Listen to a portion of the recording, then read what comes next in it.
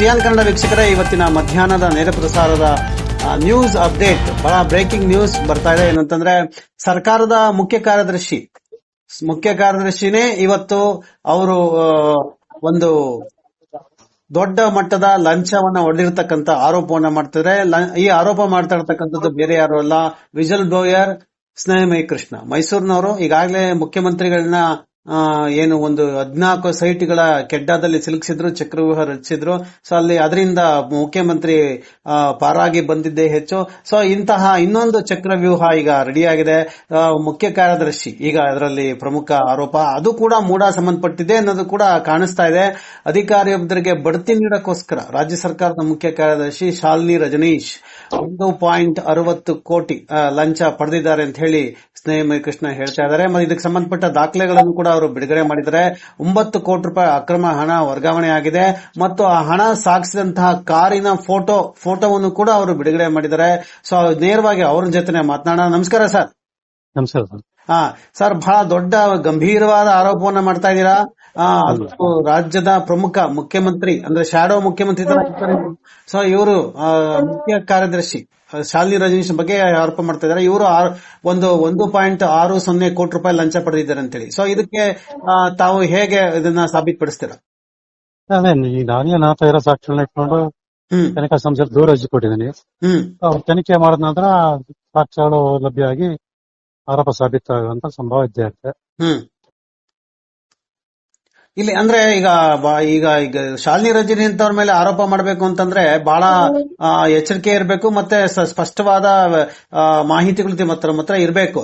So ಇಂಥ ಸಂದರ್ಭದಲ್ಲಿ ಈಗ ಇವ್ರ ಮೇಲೆ ಮಾಡಿರ್ತಕ್ಕಂಥ ಆರೋಪ ಅಂದ್ರೆ ಇದಕ್ಕೆ ಸರ್ಕಾರ ಆಗ್ಲಿ ಅಥವಾ ಪೊಲೀಸ್ನವರಾಗ್ಲಿ ಈಗ ನೀವು ಏನ್ ದೂರು ಕೊಟ್ಟಿದ್ದೀರಾ ಈಗಾಗ್ಲೇ, ಸೊ ಇದಕ್ಕೆ ಏನು ಪ್ರತಿಕ್ರಿಯೆ ಬಂದಿದೆ ಸರ್? ಹೇಗೆ ರಾಜಕೀಯದವರು ಅಥವಾ ಅಧಿಕಾರಿಗಳು ಹೇಗೆ ಪ್ರತಿಕ್ರಿಯಿಸ್ತಾ ಇದ್ದಾರೆ ನಿಮ್ ಜೊತೆ?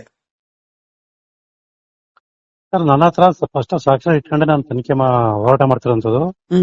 ಎಲ್ಲ ಸಾಕ್ಷ್ಯ ಇಟ್ಕೊಂಡೆ ನಾನು ದೂರ ಅರ್ಜಿ ಕೊಟ್ಟಿದ್ದೀನಿ. ಈಗ ನನ್ನ ಸ್ಪಷ್ಟೀಕರಣ ಕೇಳಿದಪ್ಪ ನೇರವಾಗಿ ಶಾಲಿನಿ ರಜನೀಶ್ ಅವರಿಗೆ ಪತ್ರ ಬರ್ದಿದ್ದೀನಿ. ಅವರು ಅದಕ್ಕೆ ಸ್ಪಷ್ಟೀಕರಣ ಕೊಟ್ಟ ನಂತರ ಮತ್ತೆ ತನಿಖಾ ಸಂಸ್ಥೆ ತನಿಖೆ ಮಾಡಿದ ನಂತರ ಕಾನೂನು ಪ್ರಕ್ರಿಯೆ ಮುಖಾಂತರ ನಾನು ಆರೋಪ ಸಾಬೀತುಪಡಿಸ್ತೀನಿ. ಅಂದ್ರೆ ಈಗ ನೀವು ಯಾರು ಲಂಚ ಕೊಟ್ಟಿರೋದು ಸರ್? ಇದು ಯಾರು ಹೇಗೆ ಅಂತೇಳಿ ನಮ್ಮ ವೀಕ್ಷಕರಿಗೆ ಸ್ವಲ್ಪ ವಿವರಿಸಿ. ನಮಗೆ ಗೊತ್ತಿರೋ ಡಿ.ವಿ. ನಟೇಶ್ ಅವರೇ ಕೊಟ್ಟಿದ್ದಾರೆ ಅಂತ ಹೇಳಿ. ಯಾರು ಸರ್ ನಟೇಶ್ ಇವರು? ಅದೇ ಹಿಂದಿನ ಮೈಸೂರು ನಗರಾಭಿವೃದ್ಧಿ ಪ್ರಾಧಿಕಾರದ ಆಯುಕ್ತರಾಗಿದ್ದವರು. ಅವರಿಗೆ ಗಂಭೀರವಾದ ಆರೋಪ ಇದ್ರು ಕೂಡ ಬಡ್ತಿ ಕೊಟ್ಟಿದ್ದಾರೆ. ಬಡ್ತಿ ಕೊಡೋಕ್ಕಿಂತ 4 ದಿವಸ ಮುಂಚೆ ನನಗೆ ಮಾಹಿತಿ ಬಂದಿದೆ. ಬಡ್ತಿ ನನಗೆ ಏನ್ ಗೊತ್ತಾಗುತ್ತೆ ಬಡ್ತಿ ಕೊಡ್ತಾರೆ ವಿಚಾರ. ಮತ್ತೆ ಅದ್ ಕಾರ್ ಇಂಥದೇ ಕಾರು, ಇಂಥ ವ್ಯಕ್ತಿಗಳೇ, ಎಲ್ಲ ಸ್ಪಷ್ಟ ಮಾಹಿತಿಗಳು ಬಂದಿರೋದನ್ನೇ ಮತ್ತೆ ದಾಖಲಾತಿ ಇರೋದನ್ನ ನಾನು ಅರ್ಜಿ ಕೊಡ. ಅಂದ್ರೆ ಈಗ ಇವ್ರಿಗೆ ಬಡ್ತಿ ಸಿಕ್ಕಿದೆ ಸರ್? ಈಗ ಅವ್ರಿಗೆ ಬಡ್ತಿ ಸಿಕ್ಕಿದ್ಯಾ? ಹೌದು, ಈಗ ಬಡ್ತಿ ಆದೇಶ ಮಾಡಿದ 13ನೇ ತಾರೀಕು ಮಾಡಲ್ಲ, 9ನೇ ತಾರೀಕು ನನಗೆ ಮಾಹಿತಿ ಬಂದಿದೆ. ಮತ್ತೆ ಈ ಹಣಕಾಸು ವ್ಯವಹಾರ ನಡೆದಿದೆ. 13ನೇ ತಾರೀಕು ಅವ್ರಿಗೆ ಬಡ್ತಿ ಆದೇಶ ಆಗಿದೆ. ಒಂದಕ್ಕೊಂದು ಪೂರಕವಾದ ಸಾಕ್ಷ್ಯ ಇದೆಯಲ್ಲ. ಅಂದ್ರೆ ಅದು ಘಟನೆಗಳು ಬರೀ ಅದು ಕೋಇನ್ಸಿಡೆನ್ಸ್ ಆಗ್ಬಹುದು, ಆದ್ರೆ ಅವ್ರಿಗೆ ದುಡ್ಡು ಹೋಗಿದೆ. ಈಗ ನೀವು ಮಾಡಿದಾಗಲಷ್ಟೇ ಸಂಪೂರ್ಣ ಸತ್ಯಾಂಶ ಬರುತ್ತೆ. ಹೌದೌದು. ಅಂದ್ರೆ ಈಗ ನೀವು ದಾಖಲೆಗಳು ಬಿಡುಗಡೆ ಮಾಡಿದ್ರಲ್ಲ, ಕೆಲವು ಪತ್ರಗಳು, ಫೋಟೋಗಳು ಇಂಥ ಕಾರಲ್ಲೇ ಹೋಗಿದೆ ಅಂತ ಹೇಳಿ. ಸೊ ಇದೆಲ್ಲ ಹೇಗ್ ಸಾಧ್ಯ ಆಯ್ತು ಸರ್? ಇದು ಹೇಗೆ ತಮಗೆಲ್ಲ ಮಾಹಿತಿಗಳು ಹೇಗ್ ಸಾಧ್ಯ ಆಯ್ತು? ಇದು ಅಲ್ಲ, ನಂಗೆ ತುಂಬಾ ಆಪ್ತರಾದಂತರು ನನಗೆ ಮಾಹಿತಿನ ಕೊಟ್ಟಿರುವಂತದ್ದು. ಅವ್ರಿಗೂ ಕೂಡ ಬಲವಾದ ಅವ್ರಿಗೆ ನಂಬಿಕೆ ಇರತಕ್ಕಂತ ವ್ಯಕ್ತಿಗಳನ್ನ ಅವ್ರಿಗೂ ಕೂಡ ಮಾಹಿತಿ ಬಂದಿದೆ. ಅವ್ರು ನನಗೆ ಮಾಹಿತಿ ಕೊಟ್ಟಿದ್ದಾರೆ. ಮತ್ತೆ ಅದಕ್ಕೆ ಪೂರಕವಾಗಿ ಸಾಕ್ಷಿಗಳು ಸಿಕ್ಕಿದೆಯಲ್ಲ. ಈಗ ನೀವು ಸರ್ಕಾರ ಇವ್ರಿಗೆ ನೇರವಾಗಿ ಶಾಲಿನಿ ರಜನಿ ಅವರಿಗೆ ಪತ್ರ ಬರ್ತಿದ್ದೀರಾ? ಸೊ ಅವ್ರೇನಾದ್ರು ಅವ್ರ ಕಚೇರಿನ ಪತ್ರ ಬಂತಾ ನಿಮ್ಗೆ? ಸರ್, ಈಗೇನಾದ್ರು ಅವರು ಅಧೀನ ಕಾರ್ಯದರ್ಶಿ ಮಾಹಿತಿ ಕೊಟ್ಟಿದೆ ಅಂತ ಬಂದಿದೆ. ಆದ್ರೆ ಶಾಲಿನಿ ರಜನಿ ನೇರವಾಗಿ ಉತ್ತರ ಕೊಟ್ಟಿಲ್ಲ. ನಾನು ನೇರವಾಗಿ ಶಾಲಿನಿ ಪತ್ರ ಬರ್ತೀನಿ, ನೇರವಾಗಿ ಅವ್ರ ಮೇಲೆ ಆರೋಪ ಮಾಡಿದೀನಿ. ಅದಕ್ಕೆ ಅವ್ರು ಉತ್ತರ ಕೊಡಬೇಕು. ಅವ್ರ ಕೈಗಳಿಂದ ಅಧಿಕಾರಿಯಿಂದ ಉತ್ತರ ಕೊಡ್ಸಿದ್ರೆ ಅದು ಎಷ್ಟು ಮಟ್ಟಿಗೆ ಸರಿ ಅನ್ನೋದು ಪ್ರಶ್ನೆ. ಈಗ ಆರೋಪ ಅವ್ರ ಮೇಲೆ ಬಂದಿರೋದ್ರಿಂದ ಸೊ ಅವರೇ ಉತ್ತರ ಕೊಡಕ್ಕೆ ಹೇಗಾಗುತ್ತೆ? ಅವರೇ ಕೊಡ್ಬೇಕಲ್ಲ. ನಾನು ಲಂಚ ತಗೊಂಡಿಲ್ಲ ಅಂತ ಅವರೇ ಕೊಡ್ಬೇಕಲ್ಲ. ಹಂಗಂತ ಹೇಳಿದ ತಕ್ಷಣ ನೀವು ನಂಬ್ತೀರಾ? ನೀವು ಅವ್ರನ್ನ ತಗೊಂಡಿಲ್ಲ ನಮ್ಮ ಪ್ರಶ್ನೆ ಸರ್. ಹೌದು, ಈಗ ಅವ್ರು ತಗೊಂಡಿಲ್ಲ ಅಂದ್ರೆ ಅವ್ರ ಹೆಸರಲ್ಲಿ ಬೇರೆ ಯಾರು ಮಾಡಿರ್ಬೋದು ಅಂತ ಅವ್ರು ದೂರ ಕೊಡ್ಬೇಕಲ್ಲ. ಹೌದೌದೌದು. ಈಗ ಸರ್ಕಾರದ ಪ್ರಮುಖ ವ್ಯಕ್ತಿಯೇ ಈಗ ಇಲ್ಲಿ ಆರೋಪ ಕೇಳಿ ಬಂದಿರೋದ್ರಿಂದ ಸೊ ಈಗ ಇದು ಉನ್ನತ ಮಟ್ಟದ ತನಿಖೆ ಆಗ್ಬೇಕು. ಈ ತನಿಖೆ ಆಗ್ಬೇಕು ಅಂತ ಹೇಳಿ ಮುಖ್ಯಮಂತ್ರಿಗಳಿಗೆ ಮತ್ತು ಎಲ್ಲಕ್ಕಿಂತ ಮುಖ್ಯವಾಗಿ ರಾಜ್ಯಪಾಲರಿಗೆ ದೂರು ಕೊಡ್ಬೇಕು. ಆ ಪ್ರೊಸೆಸ್ ಅಲ್ಲಿ ತಾವೇನಾದ್ರು ಇದೀರಾ? ಅಲ್ಲ, ಈಗ 2 ತನಿಖಾ ಸಂಸ್ಥೆ ಕೊಟ್ಟಿಲ್ಲ, ಅವ್ರು ಮಾಡ್ತಾರೆ. ಹಾ ಹಾ ಹಾ. ಮತ್ತೆ ನಾಳೆ ನ್ಯಾಯಾಲಯದ ಗಮನಕ್ಕೂ ಕೂಡ ತರ್ತೀನಿ. ಜನಪ್ರತಿ ವಿಶೇಷ ನ್ಯಾಯಾಲಯದಲ್ಲಿ ನಾಳೆ ವಿಚಾರಣೆ ಇರೋದ್ರಿಂದ ಆ ನ್ಯಾಯಾಲಯದ ಗಮನಕ್ಕೂ ತರ್ತೀನಿ. ಒಬ್ಬ ಆರೋಪಿಗೆ ಶಿಕ್ಷೆ ಕೊಡಿಸಬಹುದಂತ ತನಿಖಾಧಿಕಾರಿ ಅವ್ರಿಗೆ ಬಡ್ತಿ ಕೊಡಿಸೋಷ್ಟರ ಮಟ್ಟಿಗೆ ಸಹಕಾರ ಕೊಟ್ಟಿದ್ದಾರೆ ಅನ್ನೋದು ಗಂಭೀರದ ವಿಚಾರ ಅಲ್ಲ. ಈಗ ನಟೇಶ್ ಮೇಲೆ ಈಗ ಆರೋಪಗಳು ಬಂದಿತ್ತು, ಅದೆಲ್ಲ ಖುಲಾಸೆ ಆಯ್ತಾ ಅಥವಾ ತನಿಖೆಯಲ್ಲಿ ಇತ್ತಲ್ವಾ, ನ್ಯಾಯಾಲಯದಲ್ಲಿ ಇತ್ತಲ್ವಾ ಅದೆಲ್ಲ? ಅದು ಇಲ್ಲ, ಇನ್ನು ನ್ಯಾಯಾಲಯಕ್ಕೆ ಅವ್ರ ಅಂತಿಮ ವರದಿ ಸಲ್ಲಿಸಲ್ಲ, ವರದಿನೇ ಸಲ್ಲಿಸಿಲ್ಲ ನಟೇಶ್ ವಿರುದ್ಧ. ಅದೇ ನೋಡಿ, GT ದಿನೇಶ್ ಅವ್ರನ್ನ ಆಗ್ಲೇ ಬಂಧಿಸಿ ತಿಂಗಳುಗಳಾಗಿದೆಯಾ, ಆ ವ್ಯಕ್ತಿ ಇನ್ನು ಜಾಮೀನು ಕೂಡ ಸಿಕ್ಕಿಲ್ಲ. ಆದ್ರೆ ನಟೇಶ್ ವಿರುದ್ಧ ಏನು ಕ್ರಮ? ಅವ್ರು ಆರಾಮಾಗಿ ಓಡಾಡ್ಕೊಂಡು ಅವರು ಅಕ್ರಮಣನ ಹಂಚಿಕೆ ಮಾಡ್ಕೊಂಡು ಆರೋಪದಿಂದ ಬಿಡುಗಡೆ ಆಗಂತ ಪ್ರಯತ್ನ ಮಾಡ್ತಾ ಇದಾರೆ, ಮತ್ತೆ ಬಡ್ತಿ ಪಡ್ಕೊಳ್ತಾ ಇದಾರೆ. ಇಲ್ಲಿ ನೀವು ಒಂದು ಲೆಕ್ಕ ಏನೋ ಹಾಕಿದೀರಾ, ಏನೋ ಲೆಕ್ಕಗಳೇನೋ ನಿಮ್ ಕಾಣಿಸ್ತಾ ಇದೆ ನೀವು ಕಳಿಸಿರೋ ಇದ್ರಲ್ಲಿ, JCB ರೋಲರ್ ಏನೇನೋ ಹೇಳ್ತಾ ಇದೀರಾ, ಅದೇನು ಸರ್ ಅದು? ಸರ್, ನಟೇಶ್ ಅವರ ಒಂದು ಅಕ್ರಮಣದಲ್ಲಿ ಒಂದು ಇದನ್ನ ಖರೀದಿ ಮಾಡಿದೆ ಅಂತ ಮಾಹಿತಿ ಇದೆ. ಅವರ ಒಂದು ಪತ್ರ ವ್ಯವಹಾರದಲ್ಲಿ ಅದು ಕಂಡು ಬಂದಿದೆ. ರೋಲರ್ ತಗೊಂಡಿದ್ದಾರೆ, ಟಿಪ್ಪರ್ ತಗೊಂಡಿದ್ದಾರೆ, JCB ತಗೊಂಡಿದ್ದಾರೆ. ಹೌದೌದು, ಏನ್ ಲೆಕ್ಕಪತ್ರ ಬರ್ದಿದ್ದಾರೆ, ಆ ಲೆಕ್ಕಪತ್ರ ಅವರ ವಿವರ ಇದೆ. ಇದು ಅವ್ರದೇ 12 ಕೋಟಿ ಕೊಟ್ಟಿದೀವಿ ಅಂತ ಹೇಳಿ. ಇದು ಅವ್ರದೇ ಹ್ಯಾಂಡ್ ರೈಟಿಂಗ್. ಟಿಪ್ಪರ್ ಎಲ್ಲ ಬರ್ದಿರೋದು ಅರುಣ್ ಕುಮಾರ್ ಅನ್ನೋರ್ದು. ಈ ಲೋಕಾಯುಕ್ತಕ್ಕೆ ಲಂಚ ಕೊಟ್ಟಿದೆ ಅಂತ ಬರ್ದಿರೋದು ನಟೇಶ್ ಅವ್ರದ್ದು. ಈಗ ನೀವು ಹೇಳ್ತಾ ಇದ್ದೀರಾ ಮೂಡಾ ಪ್ರಕರಣದಲ್ಲಿ ಏನು ಬಿ ರಿಪೋರ್ಟ್ ವರದಿ ಸಲ್ಲಿಸೋದಕ್ಕೆ ಕಾರಣ ಏನು? ಮೂಡಾದ ಹಿಂದಿನ ಆಯುಕ್ತ GT ದಿನೇಶ್ ಕುಮಾರ್ ಅನ್ನ ನ್ಯಾಯಾಂಗ ಬಂಧನಕ್ಕೆ ಒಳಪಡಿಸಿರುವ ತನಿಖಾಧಿಕಾರಿ ಮತ್ತೊಬ್ಬ ಹಿಂದಿನ ನಟೇಶ್ ಅವ್ರನ್ನ ನ್ಯಾಯಾಂಗ ಬಂಧನಕ್ಕೆ ಯಾಕೆ ಒಳಪಡಿಸಿಲ್ಲ ಅಂತೇಳಿ. ಯಾಕೆ ಒಳಪಡಿಸಿಲ್ಲ ಸರ್ ಕೇಳಿದ್ರ ಅವ್ರನ್ನ? ಇಲ್ಲ, ಅದೇ ಉತ್ತರ ಕೊಟ್ಟಿಲ್ಲ, ಸ್ಪಷ್ಟೀಕರಣ ಕೇಳಿದ್ರೆ ಉತ್ತರನೇ ಕೊಟ್ಟಿಲ್ಲ ಅವರು. ನಾನು ಲಿಖಿತವಾಗಿ ಸ್ಪಷ್ಟೀಕರಣ ಕೇಳಿದ್ನಿ, ಇವತ್ತು ಉತ್ತರ ಕೊಟ್ಟಿಲ್ಲ. ಅವ್ರಿಗೇನು ಈಗ ನೀವು ಕೇಳಿದ್ರೆ ಕೊಡಲ್ಲ ಅಂದ್ರೆ ಅದು ಏನ್ ಅರ್ಥ? ಅದು ಅದಕ್ಕೆ ಅವ್ರು ಯಾರು ಜವಾಬ್ದಾರಿ? ಆರೋಪಕ್ಕೆ ಅವರು ಒಪ್ಕೊಂಡಾನೆ ಅದನ್ನ ನ್ಯಾಯಾಲಯ ಗಮನಕ್ಕೆ ತರ್ತಿದ್ದೆ. ಈಗ ಉತ್ತರ ಕೊಡ್ಲಿಲ್ಲ ಅನ್ನೋ ಸುಮ್ನೆ ಇರ್ತಾರಪ್ಪ, ಅದಕ್ಕೇನ್ ಪರಿಹಾರ ಸಿಗೋದು? ಈಗ ನಾನೇ ಈಗ ನಿಮ್ ಜಾಗದಲ್ಲಿ ನಾನೇ ಸ್ನೇಹ ಮರಿಕೃಷ್ಣ ಅನ್ಕೊಂಡ್ರೆ, ಈಗ ಅವ್ರು ಉತ್ತರ ಕೊಡ್ಲಿಲ್ಲ ಅಂತ ನಾನು ಮುಂದಕ್ಕೆ ಏನ್ ಮಾಡ್ಬೇಕು? ಕೋರ್ಟ್ಗೆ ಹೋಗ್ಬೇಕಲ್ವಾ ಅಥವಾ ಏನ್ ಮಾಡ್ತಾರೆ? ಕೋರ್ಟ್ಗೆ ಹೋಗ್ತೀನಿಲ್ಲ ಸರ್, ಕೋರ್ಟ್ಗೆ ಕೊಡ್ತೀನಿ, ಅದೇ ಹೇಳಿದೆ ನಾಳೆ ಕೋರ್ಟ್ ಗಮನಕ್ಕೆ ತರ್ತೀನಿ ನಾಳೆ. ಈಗ ನೀವು ಈಗ ಒಂದು ಪತ್ರ ಅಲ್ಲಿ ಹೇಳಿದಿರ, ಅಲ್ಲಿ DCMಗೆ 12 ಕೋಟಿ ರೂಪಾಯಿ ಅಂತ ಬರ್ದಿರೋಂಗಿದೆ ಮಾಹಿತಿ ಕೂಡ ಇದೆ. DCM ಅಂತ ಬರ್ದಾರೆ. DCM ಅಂದ್ರೆ ಅದು ಸಂಸ್ಥೆ ಅಂತ ಹೇಳ್ತಾರೆ. ಅದು ಸಂಸ್ಥೆನೋ ಅಥವಾ ವ್ಯಕ್ತಿನೋ ಅದ್ರ ಬಗ್ಗೆ ತನಿಖೆ ಮಾಡಿ ಅಂತ ಹೇಳಿ ನಾನು. DCM ಅಂದ್ರೆ ಯಾರು? ಈಗ ಸದ್ಯಕ್ಕೆ ನಮ್ಗೆ ಕಾಣೋ DCM ಯಾರು ಅಂದ್ರೆ DK ಶಿವಕುಮಾರ್. ಇದರ ಪ್ರಕರಣ ನಡೀತಾ ಇದೆ. ಮತ್ತೆ ಅವ್ರು ಹೇಳೋದು ಸಂಸ್ಥೆ ಅಂತ ಹೇಳ್ತಾರೆ, ಅದು ತನಿಖೆ ಮಾಡೋದ್ರೆ ಗೊತ್ತಾಗುತ್ತೆ. ಈ ಸಂಸ್ಥೆ DCM ಅಂತ ಸಂಸ್ಥೆ ಇದೆಯಂತ ಸರ್? ಅದೇ ಏನಾಗಿ ಹೊಸದಾಗಿ ಅವರು ಸಂಸ್ಥೆ ಮೊದಲು ಬ್ಲೂ ಸ್ಟೋನ್ ಅಂತ ಹೇಳಿ ಒಂದು ಸಂಸ್ಥೆ ಹೆಸರು ಮಾಡ್ತಿದ್ರು. ಈಗ ನಾನು ಅದ್ರ ಬಗ್ಗೆ ದೂರ್ ಕೊಟ್ಟ ಮೇಲೆ ಈಗ ಅದನ್ನ ಬದಲಾಯಿಸಿ ಏನೋ DCM ಅಂತ ಮಾಡ್ತಾರೆ ಅಂತ ಮಾಹಿತಿ ಬಂದಿದೆ. ಅದಕ್ಕೆ ಯಾರು DCM ಅನ್ನೋದು ತನಿಖೆ ಆಗ್ಬೇಕಲ್ಲ. ಮತ್ತೆ ಈಗ ಈ ಫೋಟೋ ಕಾರನ್ ಫೋಟೋ ಬಿಟ್ಟಿದ್ದೀರಲ್ಲ, ಇದು ಇದರಲ್ಲೇ ಹಣ ಹೋಗಿದ್ದು ಅಂತ ಸರ್? ಇದು ಹೌದೌದು, ಆ ಕಾರಣ ಹಣ ಬಂದಿರುತ್ತೆ. ಅದಕ್ಕೇನಾದ್ರು ಪೂರಕವಾಗಿ ಅಂದ್ರೆ ಇದೇ ಕಾರಲ್ಲಿ ಹಣ ಬಂತು ಅನ್ನಕ್ಕೆ ಏನಾದ್ರು ಪೂರಕವಾಗಿ ಡ್ರೈವರ್ ವಿಚಾರಣೆ ಒಳಪಡಿಸಬೇಕು, ಅವರು GPR ಪರಿಶೀಲನೆ ಮಾಡಬೇಕು, ಮತ್ತೆ ಅವ್ರದ್ದು ಕಾಲ್ ಡೀಟೇಲ್ಸ್ ತಗೋಲಕ್ಷಣ ತೆಗೆದ್ರೆ ಗೊತ್ತಾಗುತ್ತೆ. ಆ ಕಾರ್ ಯಾರ್ದು ಸರ್? ಅದು ಬಾಡಿಗೆ ಕಾರ್ ಅನ್ಸುತ್ತೆ. ಅವ್ರು ಹೇಳ್ಬೇಕಲ್ಲ ಯಾರು ಬಾಡಿಗೆ ಮಾಡಿದ್ರು, ಯಾರು ಎಲ್ಲಿಗೆ ಕರ್ಕೊಂಡೋದ್ರು ಅವೆಲ್ಲ ಹೇಳ್ಬೇಕಲ್ಲ. ಇದು ನಡೆದಿರೋಂತ ದಿನ ಯಾವ್ದು ಸರ್? ಈ ಹಣ ಸಾಗಿಸಿರೋದು ಕೊಟ್ಟಿರ್ತಕ್ಕಂಥದ್ದು 9/2/2026. 9/2/2026 ಅಂದ್ರೆ ಬಹಳ ಕೆಲವೇ ದಿನಗಳ ಹಿಂದೆ ನಡೆದಿದೆ ಅವೆಲ್ಲ. ಹೌದು, 4 ದಿವಸದಿಂದ ಏನ್ ಬಡ್ತಿ ಆದೇಶ ಆಯ್ತು, ಅದು 4 ದಿವಸದಿಂದ ನಡೆದಿದೆ. ಈ ದುಡ್ಡು ಕಾಸು ವ್ಯವಹಾರ 4 ದಿವಸಕ್ಕೆ ಅವ್ರಿಗೆ ಬಡ್ತಿ ಆದೇಶ ಆಗಿದೆ. ಸರ್, ಈಗ ನೀವು ಲೋಕಾಯುಕ್ತನ ಪ್ರಶ್ನೆ ಕೇಳ್ತಾ ಇದ್ದೀರಾ. ಈಗ ಸರ್ಕಾರನ ಅವ್ರನ್ನೇ ಶಾಲಿನಿ ರಜನೀಶ್ ಅವ್ರ ಮೇಲೆ ಆರೋಪ ಬಂದಿರೋದ್ರಿಂದ ಸೊ ಇನ್ನೊಂದು ಸಕ್ಷಮ ಪ್ರಾಧಿಕಾರ ಅಂತ ಇದೆಯಾ ಈಗ ಈ ಶಾಲಿನಿ ರಜನೀಶ್ ವಿರುದ್ಧ ತನಿಖೆ ಮಾಡೋದಕ್ಕೆ? ಅಲ್ಲ, ಈಗ ಅದನ್ನೇ EDಗೆ ಮತ್ತೆ ಆದಾಯ ತೆರಿಗೆ ಕೊಟ್ಟಿದ್ದೀನಿ. ನಾನು ಅವ್ರು ತನಿಖೆ ಮಾಡಿದಾಗ ಮಾಡ್ತಾರೆ ಅಂತ ಹೇಳಿದ್ದಾರೆ. ಈ ಉದಾಹರಣೆಗೆ ಕಳೆದ ತಿಂಗಳು ಸುಪ್ರೀಂ ಕೋರ್ಟ್ ಹೇಳ್ತು 17A ಪ್ರಕಾರ ಯಾವುದೇ ಅಧಿಕಾರಿಗಳು ಅಥವಾ ರಾಜಕಾರಣಿಗಳ ವಿರುದ್ಧ ತನಿಖೆ ಆಗೋದಕ್ಕೆ ದೂರು ಕೊಟ್ಟ ತಕ್ಷಣ ತನಿಖೆ ಆಗಬೇಕು, ಅವ್ರಿಗೆ 17A ಅಡಿಯಲ್ಲಿ ರಕ್ಷಣೆ ಸಿಗಬಾರದು ಅಂತ ಹೇಳಿ ಸುಪ್ರೀಂ ಕೋರ್ಟ್ ಹೇಳಿದೆ. ಹೌದು, ಸೊ ಹೇಳಿದೆ. ಹಾಗಾದ್ರೆ ಸೊ ಈಗ ಇವ್ರ ಮೇಲೆ ದೂರು ದಾಖಲಾದ್ರೆ ಇವ್ರ ಮೇಲೆ ಇವ್ರಿಗೆ ಕ್ರಮ ಆಗ್ಬೇಕಲ್ಲ. ಇದಕ್ಕೆ ಏನ್ ತಾವೇ ಹೇಗೆ ಒತ್ತಾಯ ಮಾಡ್ತೀರಾ? ಯಾರನ್ನ ಒತ್ತಾಯ ಮಾಡ್ತೀರಾ? ಅದೇ ತನಿಖಾ ಸಂಸ್ಥೆನೇ ಒತ್ತಾಯ ಮಾಡ್ಬೇಕಲ್ಲ. ಇಲ್ಲ ಅಂತಂದ್ರೆ ಮಾನ್ಯ ನ್ಯಾಯಾಲಯಕ್ಕೆ ಅರ್ಜಿ ಸಲ್ಲಿಸಿ ನ್ಯಾಯಾಲಯದ ಮುಖಾಂತರ ಒಂದು ಆದೇಶ ಮಾಡಿಸ್ತೀವಿ. ಸೊ ಈಗ ಹತ್ತತ್ರ 9 ಕೋಟಿ ಅಂತ ರೌಂಡ್ ಫಿಗರ್ ಬಹಳ ಚೆನ್ನಾಗಿ ಸ್ಪಷ್ಟವಾದ ಮಾಹಿತಿ ಇದೆ ಸರ್. ಇದೆಲ್ಲ ಸಾಧ್ಯ ಆಗುತ್ತಾ? ಇದು ಹೆಂಗೆ ನಂಬುವಂತದ ಹೇಗೆ ಅಂತ ಇದು? ಸರ್, ನಂಬುವಂತ ಸಾಕ್ಷ್ಯ ಇಟ್ಕೊಂಡೆ ನಾನು ಆರೋಪ ಮಾಡೋದು. ಸುಮ್ಮನೆ ಆರೋಪ ಮಾಡೋದು ಸಾಧ್ಯ ಇಲ್ಲ. ಅದು ಒಬ್ಬ ರಾಜ್ಯದ ಮುಖ್ಯ ಕಾರ್ಯದರ್ಶಿ ವಿರುದ್ಧ ಆರೋಪ ಮಾಡಬೇಕಾದ್ರೆ ಸ್ಪಷ್ಟ ಸಾಕ್ಷ್ಯ ಇಟ್ಕೊಂಡೆ ಆರೋಪ ಮಾಡಬೇಕಾಗುತ್ತೆ. ಅದನ್ನ ಇಟ್ಕೊಂಡೆ ಆರೋಪ ಮಾಡಿದೀನಿ.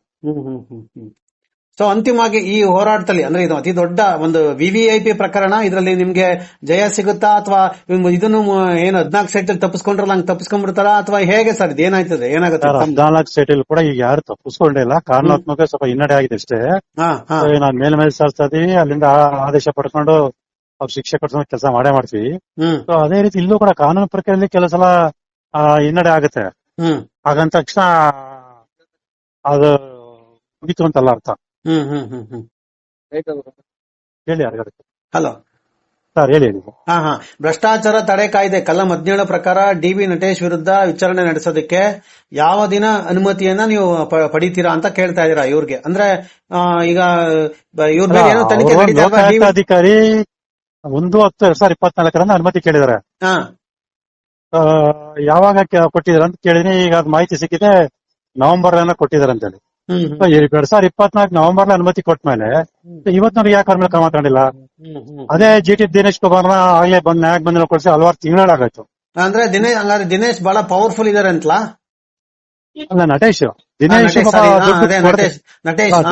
ಅದೇ ನನಗೆ ಇವಾಗ ಏನ್ ಅನ್ಸುತ್ತೆ ಅಂದ್ರೆ, ದಿನೇಶ್ ಅವರು ದುಡ್ಡು ಕೊಡದ ಕಾರಣ ಪಾಪ ಅವ್ರ ತಗೊಂಡ ಜೈಲ್ಗೆ ಹಾಕಿದ್ರು. ಇವರು ದುಡ್ಡು ಕೊಡ್ರ ಕಾರಣ ಇವ್ರನ್ನ ರಕ್ಷಣೆ ಮಾಡ್ತಿದಾರೆ, ಇಷ್ಟೇ. ಸೊ ಯಾರು ದುಡ್ಡು ಕೊಡ್ತಾರೆ, ಯಾರು ದುಡ್ಡು ಚೆಲ್ತಾರೆ, ನೀವು ತಿನ್ನಿ. ಈಗ ಏನಾಗಿದೆ ಅಂದ್ರೆ ನಾವೇ ನಮ್ಮಂತ ದೂರ್ ಕೊಟ್ರೆ ಕ್ರಮ ಸಮಾಜ ಸ್ವಾಸ್ಥ್ಯ ಕಾಪಾಡಬೇಕು ಅನ್ನೋದು ಅಧಿಕಾರಿಗಳಿಗಿಲ್ಲ. ಇದರಿಂದ ನಾವು ಎಷ್ಟು ಹಣ ಮಾಡಬಹುದು ಅನ್ನೋದೇ ಇಲ್ಲಿ ಹೆಚ್ಚು ಕಾಣ್ತಾ ಇರೋದು. ಸೊ ಈ ಪ್ರಕರಣದಲ್ಲಿ ಈಗ ಏನು ಈ ನಟೇಶ್ ಪ್ರಕರಣದ ಯಾರು ದುಡ್ಡು ಯಾರಿಗೆ ಹೆಚ್ಚು ಲಾಭ ಆಗ್ತಾರೆ ಸರ್? ಈಗ ನೀವೇನೋ ಪಾಪ ಕಷ್ಟಪಟ್ಟು ತೆಗಿತಾ ಇದೀರಾ, ಮಾಹಿತಿ ಹೇಳ್ತಾ ಇದೀರಾ, ಸಮಾಜ ಸ್ವಚ್ಛ ಮಾಡಬೇಕು, ಪ್ರಾಮಾಣಿಕತೆ ಇರಬೇಕು ಅಂತ ಹೇಳ್ತಾ ಇದ್ರೆ, ಆದ್ರೆ ಇದನ್ನ ಲಾಭ ಮಾಡ್ಕೋತಾರ ಯಾರೋ ಬಹಳ ಸ್ಪಷ್ಟವಾಗಿ ಕಾಣಿಸ್ತಾ ಇದೆಯಾ ತಮಗೆ? ಹೇಗೆ ಅನ್ಸುತ್ತಿದ್ದು? ಹೌದು ಸರ್, ಈಗ ಲೋಕಾಯುಕ್ತಾಧಿಕಾರಿಗಳೇ ದುಡ್ಡು ಮಾಡ್ತಾ ಇದಾರೆ. ಈಗ ಅವ್ರನ್ನೇ ಈಗ ಅವ್ರನ್ನೇ ತಪ್ಪಿತಸ್ಥ ಸ್ಥಾನ ನಿಲ್ಲಿಸಬೇಕಾಗುತ್ತಲ್ಲ? ಹೌದು, ಅದನ್ನ ನಿಲ್ಸಿ. ಈಗ ಮಾನ್ಯ ಜನಪ್ರತಿನಿಧಿ ಅರ್ಜಿ ಸಲ್ಲಿಸಿದ್ದೀನಿ. ನಿಮ್ಮ ನೇತೃತ್ವದಲ್ಲಿ ತನಿಖೆ, ಈಗ ತನಿಖಾ ಸಂಸ್ಥೆನೆ ಒಂದು ಭ್ರಷ್ಟಾಚಾರ ಮುಳುಗ್ಬಿಟ್ರೆ ನಾವ್ ಎಲ್ಲಿ ಹೋಗ್ಬೇಕು? ನ್ಯಾಯಾಲಯನೇ ಕೊನೆ. ಹಾಗಾಗಿ ನ್ಯಾಯಾಲಯಕ್ಕೆ ನಾನು ಮನವಿ ಮಾಡ್ಕೊಂಡಿದ್ದೀನಿ, ನಿಮ್ಮ ನೇತೃತ್ವದಲ್ಲಿ ಇದ್ರ ಬಗ್ಗೆ ವಿಚಾರಣೆ ಆಗ್ಬೇಕು ಅಂತ ಹೇಳಿ.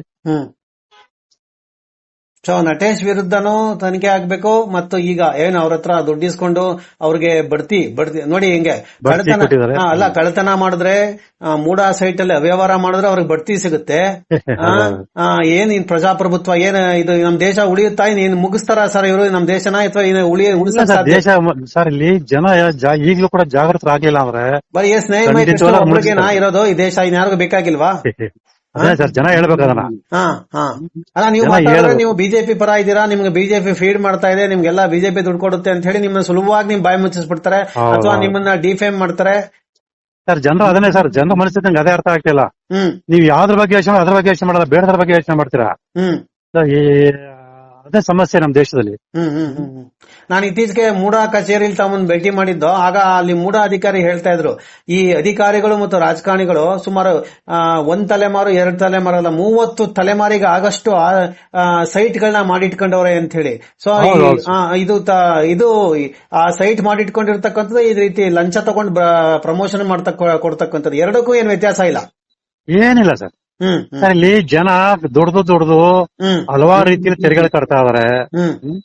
ಅಧಿಕಾರಿಗಳು ಮತ್ತೆ ರಾಜಕಾರಣಿ ಜನಪ್ರತಿನಿಧಿಗಳು ಅನ್ಸ್ಕೊಂಡವರು ಏರ್ ಕಂಡೀಷನ್ ರೂಮ್ ಕೂತ್ಕೊಂಡು ಕೋಟಿಗಟ್ಟಲೆ ಲೂಟಿ ಮಾಡ್ತಾ ಇದಾರೆ. ಜನರಿಗೆ ಸಿಗ್ಬೇಕಾದ ಆಸ್ತಿನ ಲೂಟಿ ಮಾಡ್ತಾ ಇದಾರೆ. ಆದ್ರೂ ಜನ ನಮ್ ಜನ ಒಂಥರ ನಿಜವಾಗ್ಲೂ ಹೇಳ್ಬೇಕಂದ್ರೆ ಹೇಡಿಗಳ ತರ ನಡ್ಕೊಳ್ತಾ ಇದಾರೆ. ಹೇಡಿಗಳು, ಕರೆಕ್ಟ್, ಒಳ್ಳೆ ಪದ. ಹೌದು, ಏನು ಮಾಡಕ್ಕ, ನೀ ನೋವಿಂದ ಹೇಳ್ಬೇಕಾಗತ್ತೆ. ಇಷ್ಟೆಲ್ಲ ಕಣ್ಣಿದ್ರೆ ಅನ್ಯಾಯ ನಡೀತಾ ಕೂಡ ಸಹಿಸ್ಕೊಳ್ಳೋದು ಇರೋಂಥದ್ದು ಅದು ಹೇಡಿತನದ ಲಕ್ಷಣ ತಾನೆ.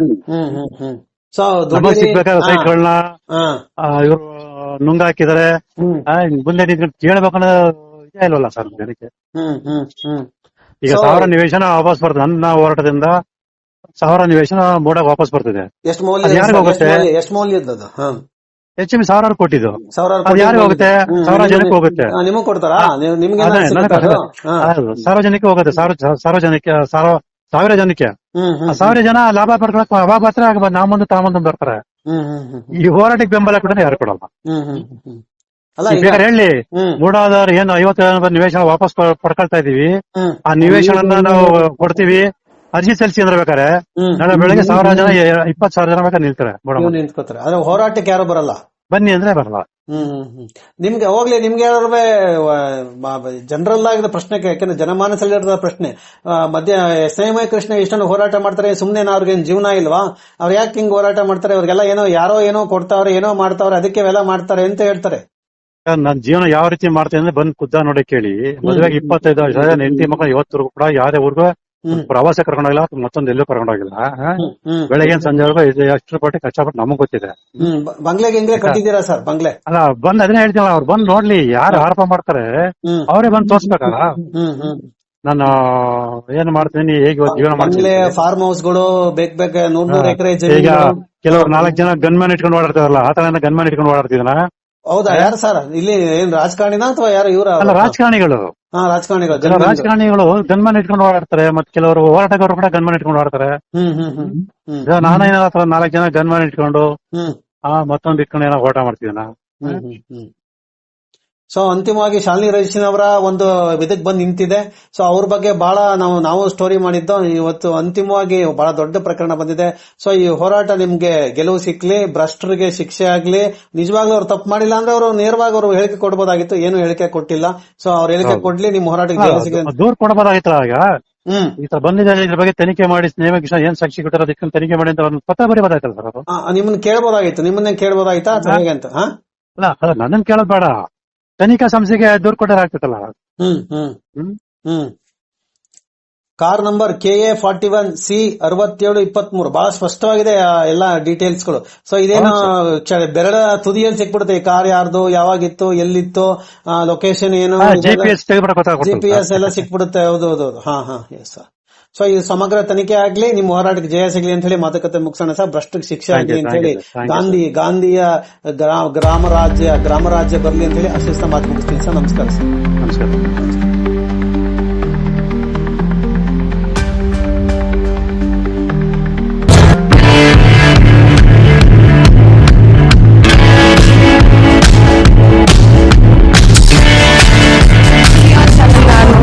ಸಬ್ಸ್ಕ್ರೈಬ್ ಆಗಿ, ಲೈಕ್ ಮಾಡಿ, ಶೇರ್ ಮಾಡಿ.